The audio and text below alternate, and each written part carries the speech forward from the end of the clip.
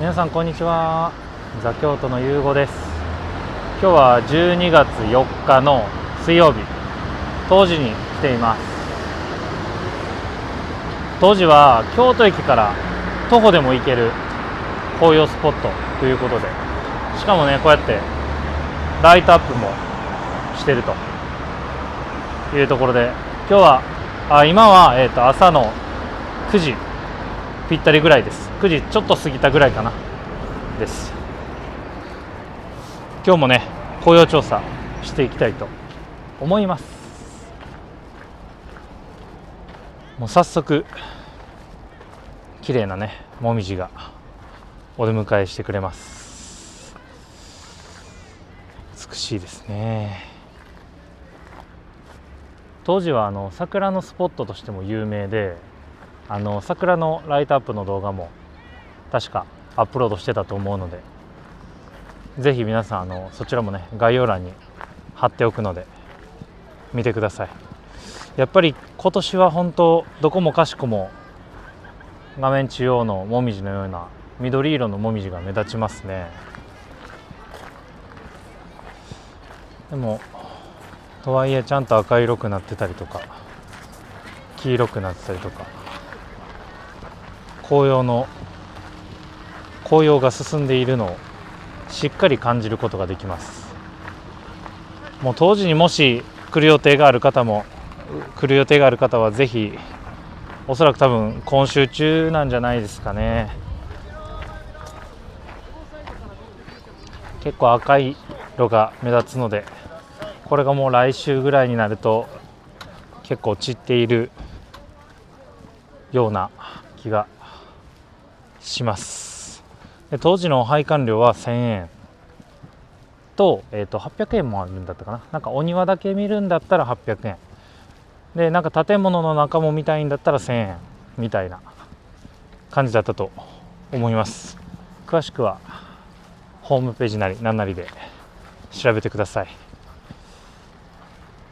で、ここまでは全然無料で歩けるスペースなんですけど、このね、柵の向こう側が今こうやってね、五重塔が見えると思うんですけど、柵の向こう側がね、有料のスポットになりますんで、だって建物でね、チケット売ってるんで見ていきたいと思います。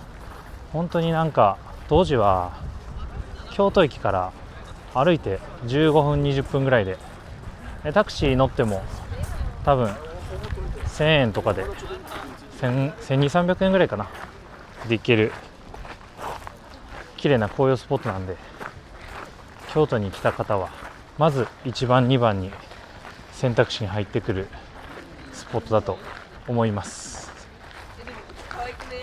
それではチケット買っていきます。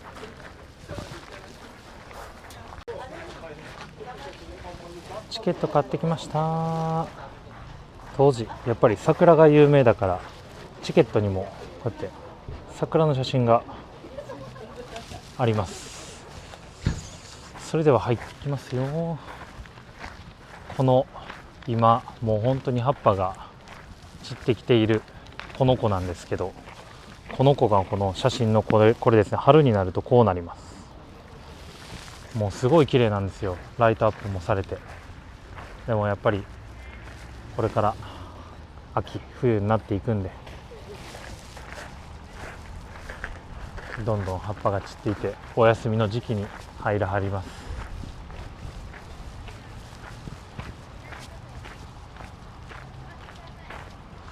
この辺も全部桜ですね。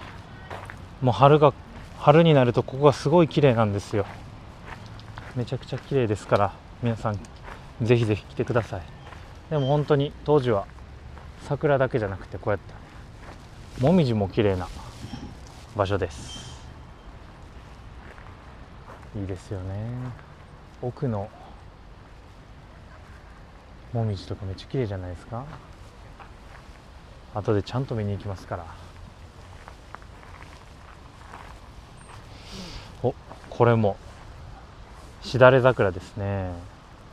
さっきの大きいこの桜のように、この桜もそのしだれてるって外国の方にどう言ったらいいんだろう。なんかね、上を向いてるんじゃなくて下を向いてるんですよね、桜が。そういう桜が有名な場所です、当時は。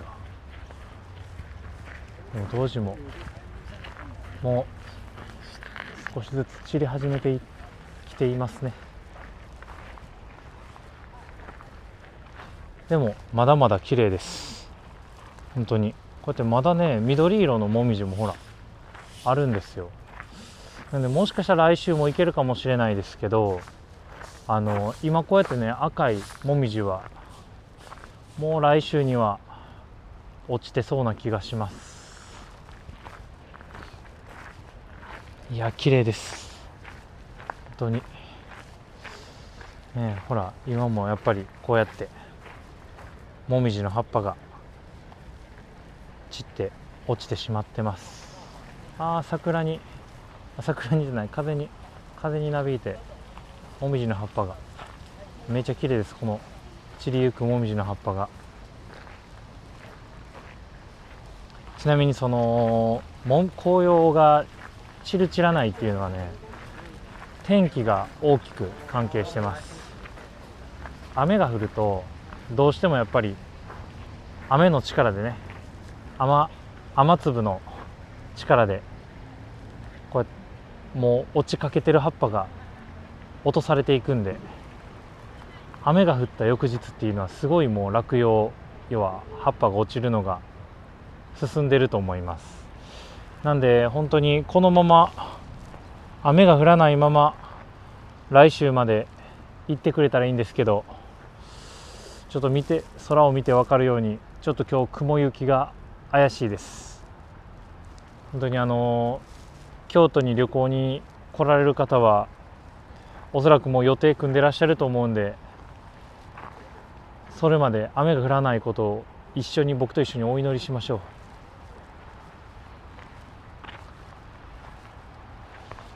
京都にすぐ来れる方はぜひ雨が降る前に、天気予報を見て雨が降る前に京都に来てください。なるべく急いだ方がいいと思いますね。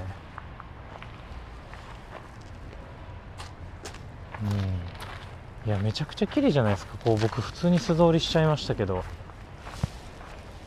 すごい綺麗じゃないですか。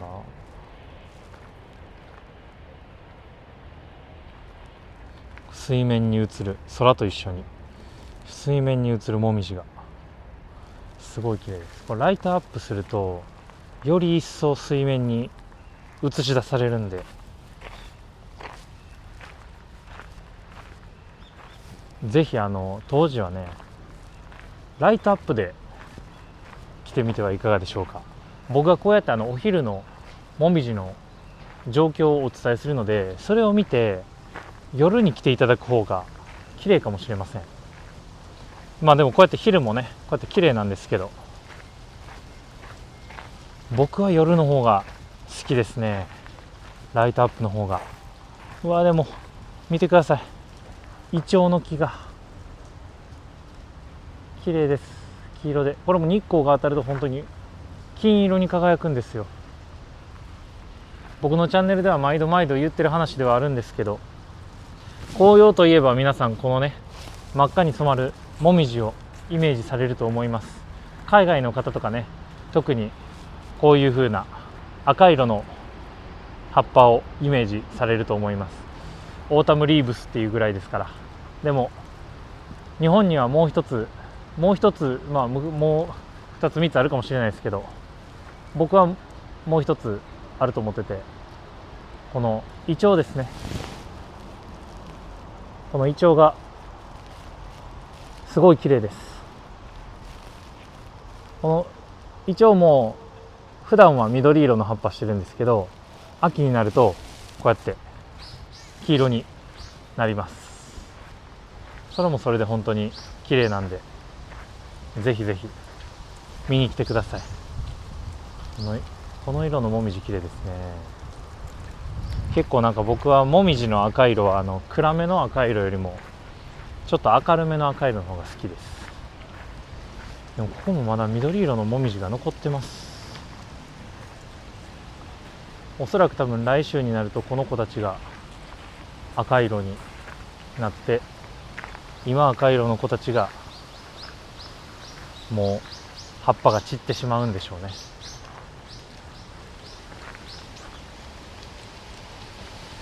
いやいや綺麗です。もうこのね、皆さん見えますか？この葉っぱが風で葉っぱが落とされていく、この何とも言えない感じ、言葉にしがたいですけど、僕はもうすごい好きです。なんか自分が舞台の上に立ったかのような気分になります。葉っぱに包まれて。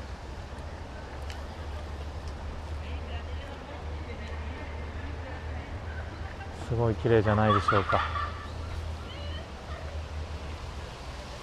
当時はね、こうやってベンチも置かれてます。外でね、あったかいコーヒーとかコンビニとかで買って、あともみじを見ながらね、コーヒー飲んだりとかいかがでしょうか。ご飯食べるとかはね、あんま良くないかもしれないですけど、ペットボトルのコーヒー飲むぐらいやったらそんなに罰は当たらないと思いますんで。いやでもこれもまだ緑ですよ。これはでももう今年は緑のまま散っていくのでしょうか。まだまだ全然。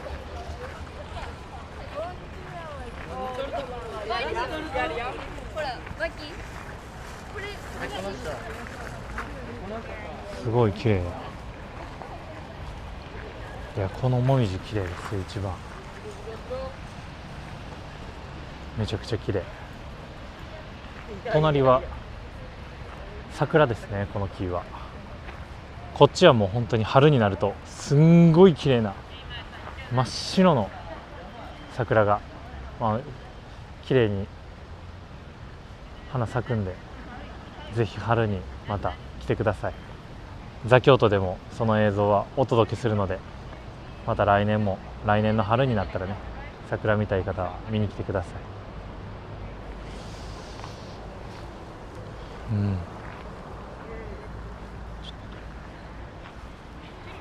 いいですね。お庭、この池がいいですよね。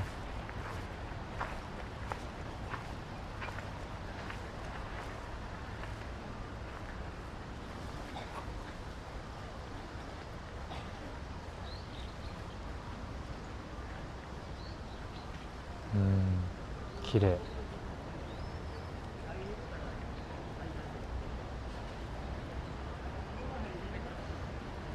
日が照ってないんでね、あんま綺麗に撮れないですけど、はい、海外の方、これが有名な五重塔です。日本の教科書にも載っているようなすごい建造物なんですよ。これは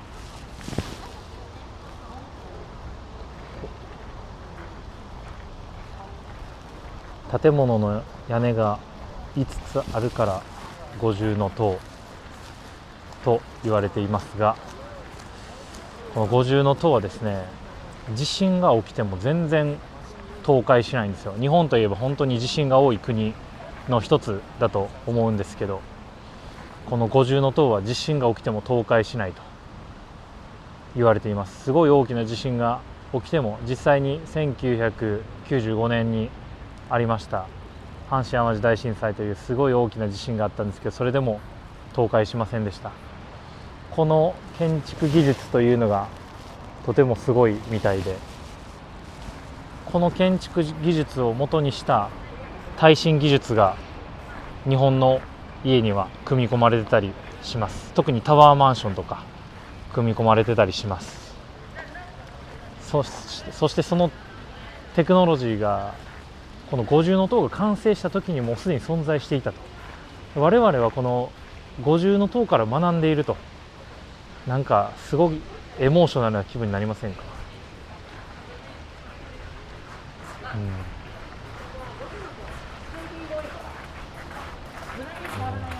過去に4度消失してるみたいですね。1641年に1643年に建ったんかな。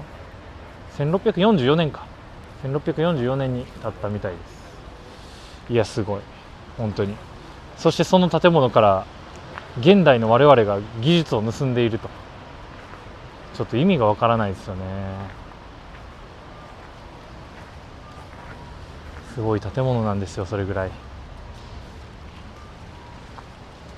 このポツンと立っているもみじも綺麗です。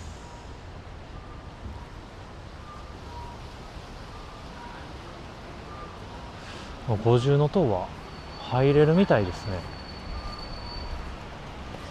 入れるみたいなんですけど、カメラダメなのかな。この中撮影禁止ですか？あ、わかりました。ありがとうございます。これ日本のね伝統建造物はだいたい撮影が中からの撮影は禁止です。なんでぜひ海外の方、日本の方、旅行に来られるつもりの方はね、ぜひ当時にお金を払って足を運んでみてください。いや本当にすごいですよ。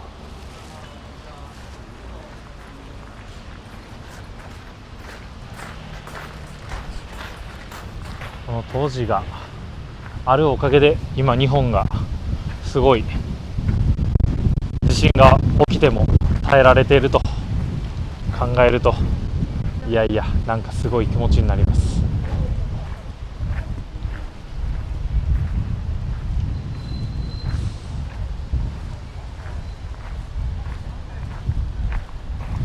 このもみじもまだまだ緑色ですけど、これはなんか赤色にならないんじゃないですかね。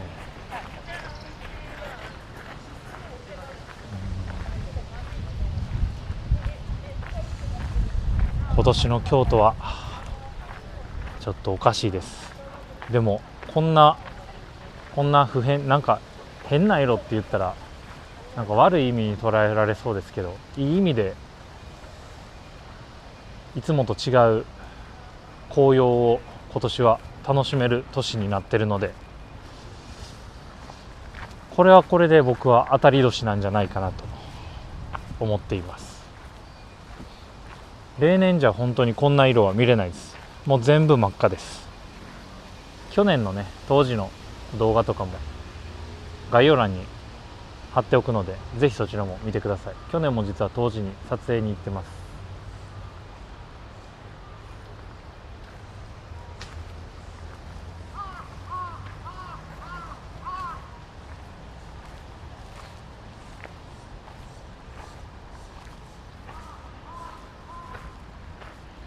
これも全部桜です。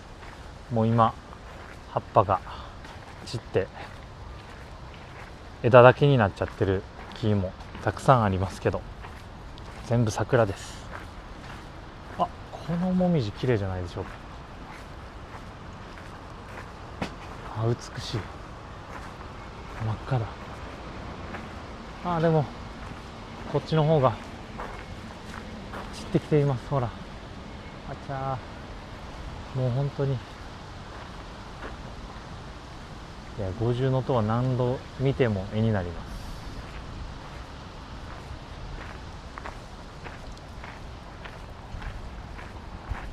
今は早朝の9時なんですけど、やっぱりこの早朝の時間っていうのは皆さんあんま動き出さないか分かんないですけど、あんまり人がいないです。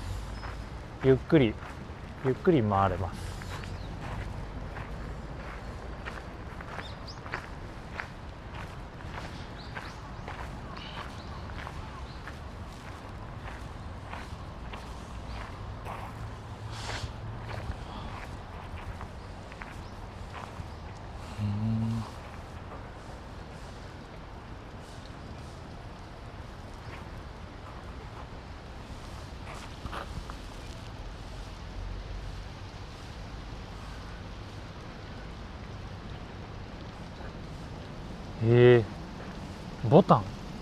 ボタンの花ですかね。これはボタンと読むんでしょうか。4月から5月に咲くようです。今は冬を越えるために頑張ってるみたいです、みんな。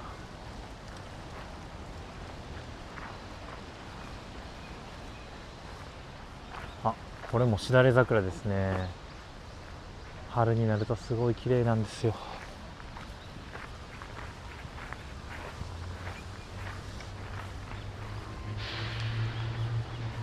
もみじが綺麗です。昨日清水寺撮影してきまして、それももう動画になってアップロードされてるんですけど、日本舞踊家のね梅ちゃんっていう子と一緒に清水寺を撮影しまして、それがねなんか結構すごくて、結構なんか梅ちゃん人気者でいろんな人に撮影をせがまれて大変やったんですけど、清水もねちょっともみじが散り始めていました。概要欄に貼っておくので、いや概要欄に貼っておかなくていいか、ぜひ皆さん昨日の動画なんでね、動画リスト遡って見つけてください。そして五重塔、いやーどこから撮っても絵になりますね。やっぱ散り始めてます。ショック。もうこの紅葉のシーズンが終わりに向かっているのがすごい悲しいです。おそらくザ・京都チャンネルでは12月の中旬ぐらいまで紅葉の動画をアップロードし続けると思います。まだまだね紅葉が散り始めてもいないようなところが多々京都にはあるので、そのスポットをねたくさん案内していきますので、ぜひぜひ皆さんチャンネル登録をしてお待ちください。まだまだ京都には散り始めていない紅葉スポット本当たくさんあるんでね、僕のチャンネルをフォローしておくとそういう場所が分かります。そしてそういう場所の当日のもみじの状況が分かります。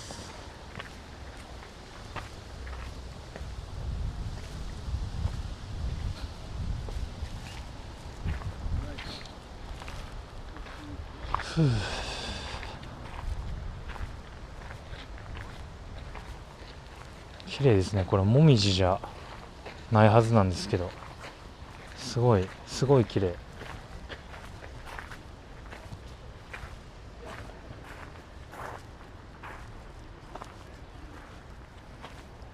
すごい当時が池と相まって、これで見やすくなったんじゃないでしょうか。すごい美しい、めちゃくちゃ綺麗。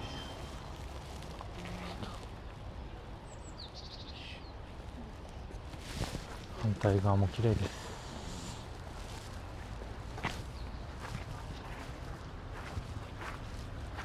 ここも上今も枝ばっかりなんですけど、ここも全部桜になるんですよ、春になると。それがめちゃくちゃ綺麗なんですよね。本当春に来ても秋に来ても美しいお庭、当時のお庭です。皆さんいかがでしょうか。この動画をきっかけにね当時に行きたいと思っていていただける方が増えたら僕としてはすごい嬉しいんですけど、ぜひぜひ皆さん京都にいらしてくださいね。今本当に京都は美しいです。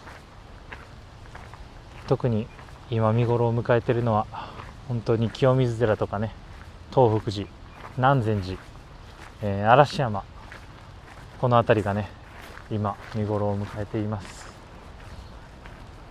そんな見頃を迎える京都にぜひぜひ皆さん足を運んでみてください。これ戻ってきちゃった。当時はですねこういう風にもみじをね見て散歩するだけじゃなくてね、日本の伝統建築物の本当にそれこそ何百年の歴史を持つ伝統建築物の中に入ることもできます。ちょっと最後にそれを紹介して今日の動画は終わりにします。いや、ここのもみじも綺麗だな。綺麗です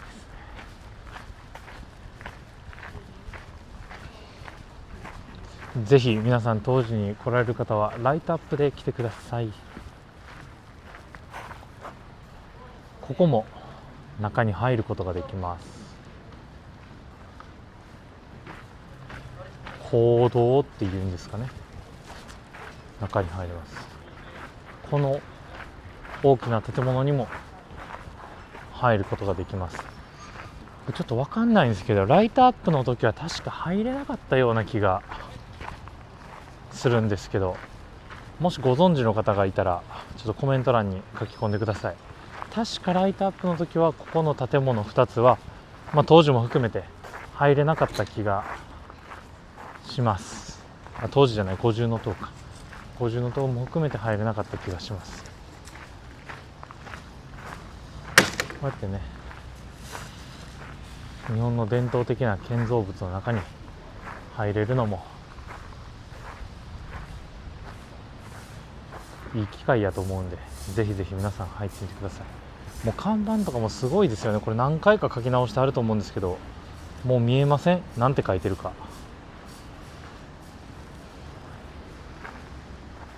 奥には綺麗なイチョウが見えます。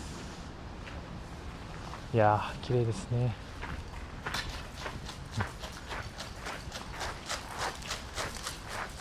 当時はですね、